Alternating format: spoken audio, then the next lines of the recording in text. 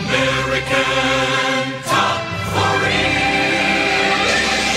From Hollywood, this is American Top 40. Hi, I'm Richard Marx. Shadow's off on vacation this week, and he asked me to sit in for him. But he didn't leave me high and dry. He's left me all kinds of great stuff. An AT40 sneak peek, a stack of items for the music news. We'll take an AT40 flashback. And, of course, the meat and potatoes, the biggest hits played on radios across the USA. Sounds like a blast to me. So we'll start with a look at last week's top 3 on American Top 40. Mariah Carey was right there at number 3 with Can't Let Go. Number 2 was a recent number 1, Black or White, by Michael Jackson.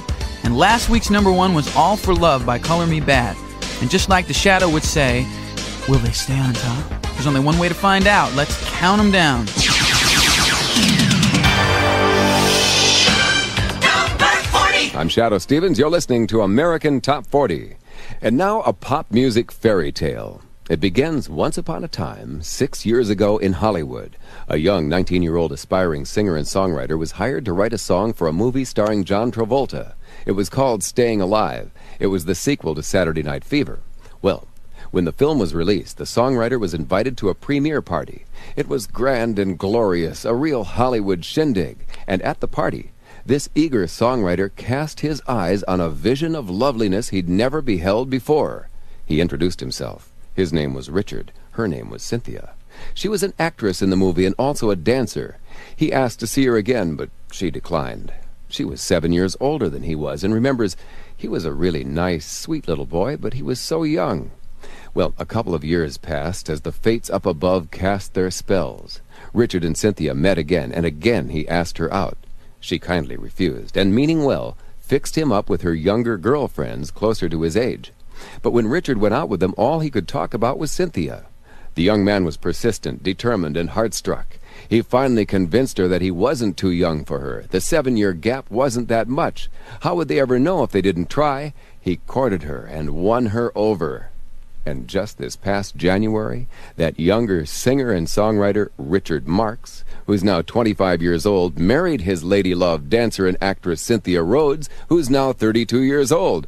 One of the few real fairy tales in Hollywood with a happy ending. Recently, Mrs. Richard Marx, Cynthia Rhodes, launched her singing career with the band Animotion. They're at number 16 this week on American Top 40. Here's Room to Move. Casey's Top 40. I'm Casey Kasem. Casey's Top 40 originates in Hollywood. Now we're up to the latest hit for a star who got started singing along with superstars when he was 2 years old. As we've told you in the past, Richard Marx was born into a very musical family. His father, Dick Marx, was a jazz piano player and a successful commercial jingle writer.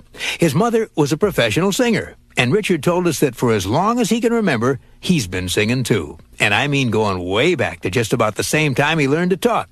Richard told us that one of his earliest memories is getting a small toy microphone as a birthday present. He got it on his 2nd birthday. And Richard says it was one of those presents his parents probably regretted giving him. He told us, quote, I used to walk around the house with a microphone in my hand. I never went anywhere without it. And I'd give little shows for everyone I ran into. I'd have someone put on a Tom Jones or an Elvis record, then I'd lip-sync it for him. End of quote. Well, it was probably really cute for a 2-year-old at first, but Richard says, I think they got pretty tired of it after a while. Still, it proves I was definitely cut out to do what I'm doing now, for sure. These days, at age 26, 24 years later, Richard still walks around with a microphone in his hand, only now he's singing his own songs, including a number 1 album and a couple of number 1 singles. Strutting up 9 big notches to number 11, here he is, Richard Marx, microphone in hand with Angelia. The Shadow counts them down. The Shadow counts them down. And next is our first debut. It's a new hit by the reunited band Poco, and it's a song written and produced for them by Richard Marx. Now, did Richard do it because he was a Poco fan for years? Well, not exactly. You see, about 3 years ago, Richard had his very first hit, Don't Mean Nothin', and the song had a real Eagles feel because the backup musicians and singers included former Eagles Timothy B. Schmidt and Randy Meisner. And Richard wondered what they'd done before the Eagles. Well, his manager told him that they'd both been in the band Poco, and Richard was curious, so he went out and bought a CD of Poco's greatest hits. and he liked what he heard. Well, recently Poco got back together, and Richard Marx wanted to work with them on the entire reunion album, but he had his own album release to worry about, plus a tour. So Richard told American Top 40, I wanted to do more, but I ended up doing this one song, and the guys sang it great. Well, the Richard Marx Poco connection now gives the band their second hit since reuniting. Co-written and produced by Richard Marx, here's Poco and Nothing to Hide. American Top 40. And next is the current hit by the pop star who's in Europe right now, opening concerts for Lady Dynamite herself, the explosive Tina Turner. Tina has invited Richard Marx to be her special guest star, and Richard considers it quite an honor. He says, even before Tina made her comeback, I collected all her early records while I was growing up. I mean, let's face it, she's one of the really great figures of rock and roll, in every sense of the word. Casey's Top 40. I'm Casey Kasem. Well, now we're up to the current hit for Richard Marx, a singer who's taken more than his share of knocks from the critics, and not for his singing. One of the toughest parts of being a star is reading reviews. Sometimes they're good, sometimes they're bad. But what infuriates Richard is that a lot of his reviews haven't been about his art. They've been all about his thick, long hair. In an interview in the LA Times, Richard said, quote, I think all my hair upsets a lot of critics who tend to be bald. When I read a bad review, I don't ever read that he doesn't sing well or he doesn't work hard on stage. I read, his hair's too perfect, unquote. The 28-year-old singer says his hair is just his hair, and there's nothing he can do about it. He doesn't even use hairspray. It's just naturally very thick. He says he hopes the day will come when critics will finally stop looking at his hair and start listening to his music. Richard even has a dream that a future book on rock history will say about him, quote, he took a lot of flack for a long time, and now he's getting the respect he deserves, unquote. Well, these days, Richard Marx is getting a lot of respect, enjoying the success of his 11th consecutive top 10 on the pop chart. Casey's biggest hit. 3 years ago this week, one of the biggest hits in the USA was Satisfied by a star who began his career singing lines like, Do you believe in peanut butter? His singing career got started at the tender age of 5 when his father, Dick Marx, began using him on radio commercials that he'd written. The boy had a cute, childish voice that worked just great in jingles, and this singer told us the 2 lines he remembers best were both sung in praise of candy bars. One went, Do you believe in peanut butter? The other went, Crunchy, crunchy, crunchy, Nestle's Crunch is so crunchy. By the way, even though he was just a small boy, he got paid for his work, and that money eventually bought him the guitar that led to his current career as a rock star. American Top 40. It's an annual AT40 event, the top 100 hits of the year. Hi, it's Richard Marx. Now back to the Shadow. Richard Marx is Billboard's top adult contemporary artist of the year. Hazard hit number 1 AC, and it's number 71 on AT40's Top 100 special. I'm Shadoe Stevens, and this one at number 69 is the third hit in our Top 100 for Richard Marx, and this is his biggest song of the year. Lyrically, I'm not saying anything that hasn't been said a million times before, but the story behind it is basically a guy telling a girl, look, I know you've been burned before, but you can't give up on romance. You can't give up on love, and you've got to always take another chance, and I'm the one that's going to be true to you, you know?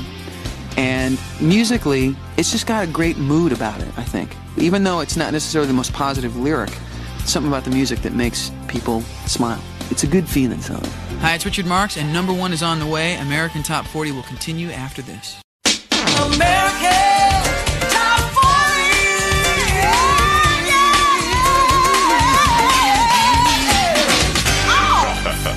40. This next star at number 11 has been writing songs almost half of his life. Richard Marx is 30 years old now, but he started writing when he was 15 for the best reason any 15-year-old boy could think of. See, I just wrote songs then to get attention from girls, and it didn't work. I was just a geek, I guess. I mean, and I was really shy, and I did what most people did. I picked the girls that wanted nothing to do with me, and the girls that were remotely interested in me I didn't want to know about, so. I mean, I always knew I was going to be a musician, and I always figured I would eventually become a songwriter. The songwriting is something that I always thought I would do later on. It was something that other people did.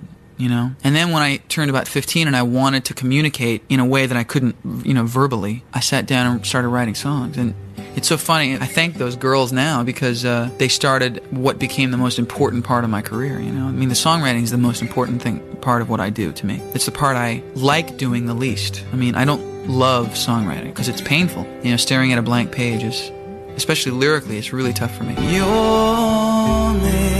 Now and forever, Richard Marx is one of a dozen solo men this week on AT40. He's down from 33 to 38. Don't go anywhere, because Shadow's coming right back with the week in AT40 music news. Hi, it's Richard Marx here, and American Top 40 continues in a moment. Well, we did it. The 40 most popular records in America, straight from the official Billboard chart for the week ending January 11th, 1992. American Top 40 is produced in Hollywood by ABC Watermark. Executive producer Karine Baldessano. Executive in charge of operations, Rod West. AT40's producer is Bruce Goldberg. Thanks a lot, Bruce. And I couldn't have done it without Shadow's Whiplash Acrobatic Ensemble, Daryl Morden, Matt Wilson, Dana Schwartzwalter, Ann Beebe, Dr. Robert Abacus Durkee, Allison Pipitone, Dave Burgess, Mike Williams, Michael Sullivan, Ken Halford, Brandon Diamore, Donald O'Connor, and a big thanks to Elaine Klein. American Top 40's mailing address is Post Office Box 2000, Hollywood, California, 90028. AT40 was created by Casey Kasem and Don Bastani in conjunction with Tom Rounds and ABC Watermark. Shadoe Stevens will be back again next week to count down the biggest hits in the USA. I'm Richard Marx, and I've sure had a great time hanging out with you guys these last few hours. In the meantime, take care, and I'll see you on the road. American Top 40.